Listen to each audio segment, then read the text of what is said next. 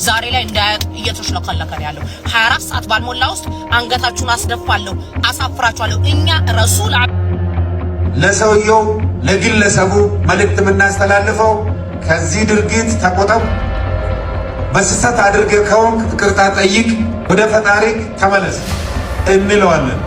ሁለተኛ እሱ እምቢ ብሎ ይሄንን ይቅርታ ካልጠየቀ አለጅ አይደለም። አንድ የሃይማኖት አባት የምትሉት የናንተ ወጥቶ በአደባባይ ላይ ሙስሊሞች ምን ነው ደማ በታረሙት ይገባ ነበር። ምክንያቱም አረብ ሀገር ላይ ስንት ወገኖቻችን ሙስሊሞች ቤት ተቀጥረው እየሰሩ ቤተሰቦቻቸውን ራሳቸውን እያስተዳደሩ እንዳሉ ታውቃላችሁ። ከመኪና ያነሰ ማንነት ያላቸው ሰዎች አሉ። ገዳም ይሄዳሉ፣ የአዲስ አበባ ፍትፍት ተሸክመው ሲመለሱ መንገድ ላይ ዛፍ ስር ይበላሉ።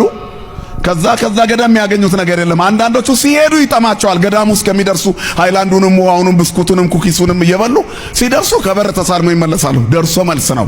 ከጎማው እኩል ናቸው። ጎማው እንኳን አቧራውን ይዞ ይመጣል። እንግዲህ በሰሞኑ እፎይ የት እንደጠፋ ብዙዎቻችን ግራ ገብቶናል። ብዙዎቻችን መልስ አተንለታል። በዚህ ቪዲዮ ግን መልስ እናገኝለታለን ወይ የሚል ጥያቄ እናነሳለን። መልስ እስከ መጨረሻው ተከታተሉኝ። ክርስትና የሰከነ መንፈሳዊ ሰብዕና ነው። እርግጥ ያለ ማንነት በማዳመጥ የተሞላ ማርያማዊ መንፈሳዊ መሻት፣ እንደ ማርያም ያለ አርምሞን ገንዘብ አርምሞ ነው ክርስትና።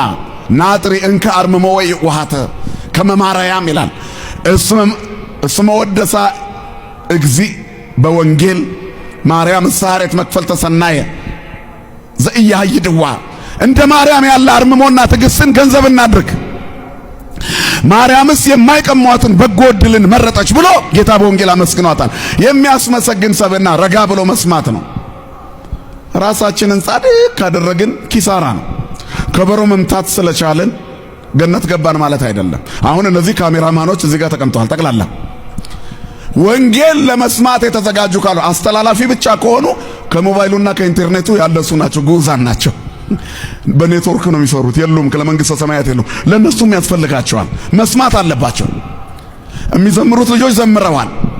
ወንጌል ለመስማት ጆሮአቸው በቃ እኔ ዘምሬ በቅቻለሁ ካሉ ማስተላለፍ ከዚህ ከማይኩ እኩል ናቸው። ማይኩ ነው የጮኸው፣ እነሱ አይደሉም። ከመኪና ያነሰ ማንነት ያላቸው ሰዎች አሉ። ገዳም ይሄዳሉ፣ የአዲስ አበባ ፍትፍት ተሸክመው ሲመለሱ መንገድ ላይ ዛፍ ስር ይበላሉ። ከዛ ገዳም የሚያገኙት ነገር የለም። አንዳንዶቹ ሲሄዱ ይጠማቸዋል። ገዳሙ እስከሚደርሱ ሃይላንዱንም ውሃውንም ብስኩቱንም ኩኪሱንም እየበሉ ሲደርሱ ከበር ተሳልመው ይመለሳሉ። ደርሶ መልስ ነው። ከጎማው እኩል ናቸው። ጎማው እንኳን አቧራውን ይዞ ይመጣል። አንዳንድ ሰዎች አሉ ሰውነታቸው ተገኝቶ እግዚአብሔር ቤት ውስጥ ነፍሳቸው የሌለች። መድኃኔዓለም ልብ ይስጠን ለሁላችንም። ስለዚህ እግዚአብሔር ለሁላችንም ያስፈልጋል አያስፈልግም? ጽድቅ ማለት እግዚአብሔር ያስፈልገኛል ብሎ በእግዚአብሔር አሰራር ለማመን ራሱን ማዘጋጀት ነው። ከዚህ በመቀጠል እንግዲህ አንድ እህታችን ብዙዎቻችን እናቃታለን በቲክቶክ ያው አንድ ክርስቲያን ብላችሁ ህዝቡን ባታባሉት ጥሩ ነው እያለች የምትናገረው ነገር አለ። ያው ስለ እፎይ ነው እያወራች ያለችው። እስቲ እንከታተላት። አለጅ አይደለም። አንድ የሃይማኖት አባት የምትሉት የናንተ ወጥቶ በአደባባይ ላይ ሙስሊሞች ምን ነው ደማርሙት ይገባ ነበር። ምክንያቱም አረብ ሀገር ላይ ስንት ወገኖቻችን ሙስሊሞች ቤት ተቀጥረው እየሰሩ ቤተሰቦቻቸውን ራሳቸውን እያስተዳደሩ እንዳሉ ታውቃላችሁ። አያችሁ፣ ኖ የሚለው ሰው የለም። አረ እረፍ ይሄን የሚለው ሰው የለም። ኢትዮጵያ ላይ ከባብሮ ሐዘን ለቅሶ እየተደራረሰ የሚኖር ነው ሙስሊምና የሌላ እምነት ተከታይ። አንድ ግለሰብ ባጠፋው ይሄን ሁላ ህዝብ የሚያጨፋጭፍ ንግግር አውጥቶ ሲናገር ያ ግለሰብ እውነተኛ ይሄ ቄሱ ማለት ነው እውነተኛ ከሆነና ልጁ የተናገረው ንግግር ምንም ስህተት የለውም ብሎ ካመነ ለምን ለፍርድ አያቀርበው? ምክንያቱም ታውቃላችሁ በዘለፋ ይመስላችኋል፣ ስብከት በማንቋሸሽ ይመስላችኋል። ላላላላ እኔ የልምና ስለከለከለን አላረግም። ይሄንን ሃይማኖታችሁ ነው፣ አከብርላችኋለሁ። እናንተን አከብራችኋለሁ።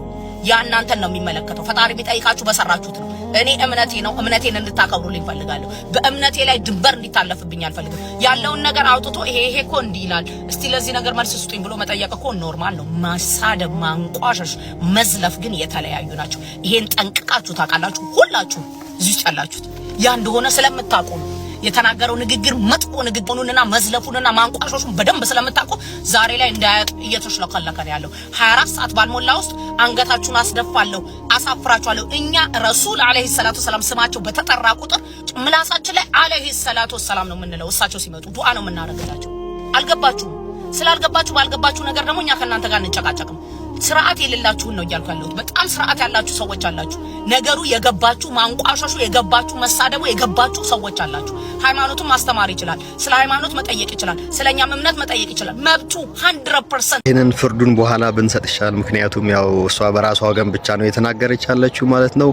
እንግዲህ ጸበል ቦታ ያገኘዋት ልጅ እንግሊዝ ሀገር ወሰደችን የሚል ድንቅ ታምር ስለ እመቤታችን የተናገረው ወንድማችን አለ። እሱ እንከታተል። ጸበል ቦታ ያገኘች ልጅ ወደ እንግሊዝ ሀገር ላከችኝ። ወዳጆቼ አሁንም ቅድስት ኪዳነ ምሕረት ክብር ምስጋና ይግባት። እውነቴን ነው ምላችሁ ከልጅነት እስከ እውቀት ጠብቃ ያሳደገችኝ እናቴ ቅድስት ኪዳነ ምሕረት ነች። ለኔ እንደደረሰች ለእናንተም ትድረስላችሁ። ከጀርመን ዶርትመንድ ቀጥታ አሁን ወዴት ነው የሚሄደው? ልክ እንደነጋ ባቡሩን መጠበቅ ነበረብኝ። ቤት አቅጣጫ እንደሆነ አላቅም። ቋንቋቸው ደግሞ የነሱ ደች ነው፣ እንግሊዘኛም አይደለም። ልጠይቅ የምችለው ሰው ባጠገቤ ያልነበረ።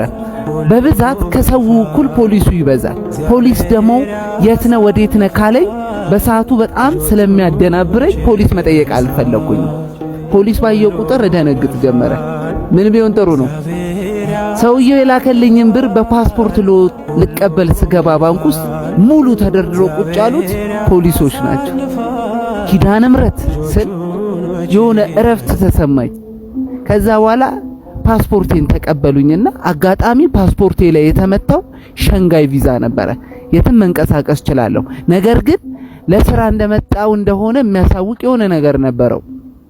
ከዛ ወዴት ነህ ሲሉኝ አይ ፍሬንድን ቪዚት ላረግ ነው እየሄድኩኝ ነው አለ። በቃ ሰጡኝ። በጣም ደስ እያለኝ ወጣውኝ። ልክ ከጀርመን ወደ ቤልጂየም የሚሄድበት ሰዓት ላለመመለስ ስለፈለኩኝ ፓስፖርቴን ለመጣል ወሰንኩኝ። ከየት እንደመጣ አላውቅም። እኔ መላኪውን ሳይሆን ግራን የገባኝ ይዛኔ አንደኛ ብር የለኝም ብያችኋለሁ። ብቻ ፓስፖርት ነው ያለኝ። ፓስፖርቴን ቆሻሻ መጣያ ውስጥ ልከት ስል አንድ ኤርትራዊ መጣና ወንድሜ አለኝ። አቤት ስለው ምንድነው የምጥለው? ፓስፖርት ወዴት ልትሞክር ምናምን ነገር አለኝ። ሁሉ ነገር ያው ስደተኛ ያውቃል። ከዛ አትጣለው፣ ይሄ እዛ ይጠቅማል። ልክ ስትገባ ደብቀውና ስትወርድ ይዘከው ትወርዳለህ አለኝ። ወደ ቤልጂየም የሚሄደው ትሬን ውስጥ ገባውኝ። በጣም ነው የሚያስፈራው። የብዙ ሰዓት መንገድ ጉዞ ነበረ። ሙሉ መንገዱን ፖሊሶች እየፈተሹ ነበረ። ጭራሽ ከፖሊስ ጋር እየተጋፋው አለፍኩኝ። ትንሽ ሰውነቴም ደቃቃ ስለሆነ ልጅ መስያቸው ነው ምን ይሁን አላወቅኩም። እያለፉኝ ነው ሄዱት። ከዛ ፓስፖርት ቼክ መደረግ ጀመረ። የጣልኩትን ፓስፖርት ደብቄ እንትን ውስጥ እዛው ትሬን ውስጥም ገብቼ ቆሻሻ መጣያ ውስጥ ነው የጣልኩት። ከዛ ከናይ ቼክ ፓስፖርት ምናምን ስትለኝ አቀበልኳት። በጣም እድሜዋ የገፋ ሴት ነበረች። ብዙም አልተመለከተችው፣ መለሰችልኝ ፓስፖርቴን። ያውንም ኪዳነ ምሕረት ክብር ምስጋና ይግባት ነው ምላችሁ።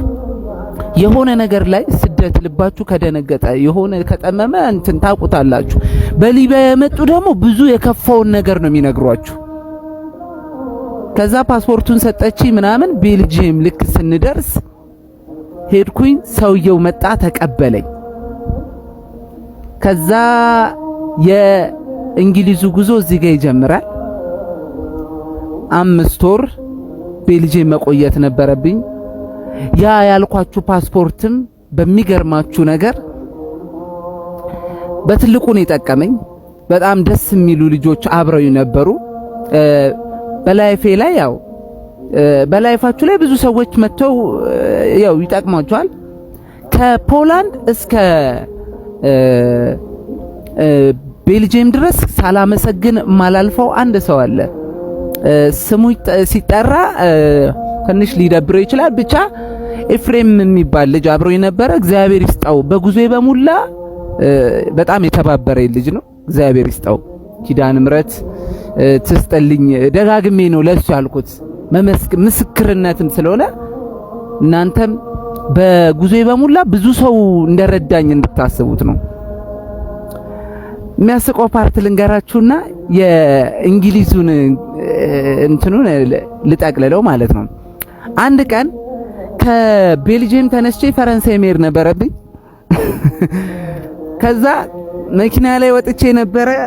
ጫማዬ መኪናው ላይ ቀረና ከፈረንሳይ እስከ ቤልጂየም በካልሲ የመጣሁበትን አጋጣሚ ያረሰው። ከትሬን ከጫማ ብጠይቅ ምንም ብል ማንም ሊሰጠኝ አልቻለም በሰዓቱ እና ቤልጂየም ድረስ በካልሲ ነው የመጣሁትና ፎቶም አለኝ እየሳቁብኝ። ብዙ ላይፍ አለ ብቻ ጫካ ውስጥ መተኛት ምናምን ይሄ ኖርማል የሚባለው ነገር ነው። ዝናብ ላያችን ላይ ምናምን ነገር ግን ደስ የሚለው ምን መሰላችሁ? ይሄ ኤፍሬም ያልኳችሁ ልጅ ካልተሳሳትኩ አቡነ ጨጌ መሰለኝ አንድ ጓደኛው ደውላለት ለአቡነ ጨጌ ነግሬያችኋለሁ፣ ዛሬ 5 ወር ነው የጠበቅነው፣ ዛሬ ወደ እንግሊዝ ትገባላችሁ አለችን። እሱ መጣና ያንን ነገር ዛሬ እንገባለን ያያሲን እምነት ነው። የሉቃስ ወንጌል ምዕራፍ 17 ቁጥር 5 ላይ እምነት ጨምርልኝ አይደል? ያመነ ሆነለት። በልደቴ ቀን ሰኔ 12 ወደ እንግሊዝ እኔና እሱ ብቻ ነው የገባነው። ለዛውም እኔና ኤፍሬም ብቻና እግዚአብሔር ይመስገን መድኃኔዓለም ክብር ምስጋና ይግባው። እንግሊዝ በዛ ቀን ገባው። ቀጣውን የመንፈሳዊ ጉዞዬን ደግሞ እቀጥልላችኋለሁ። አመሰግናለሁ።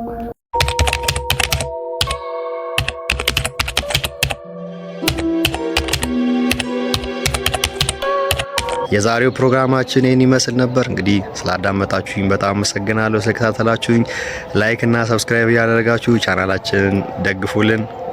መልካም ጊዜ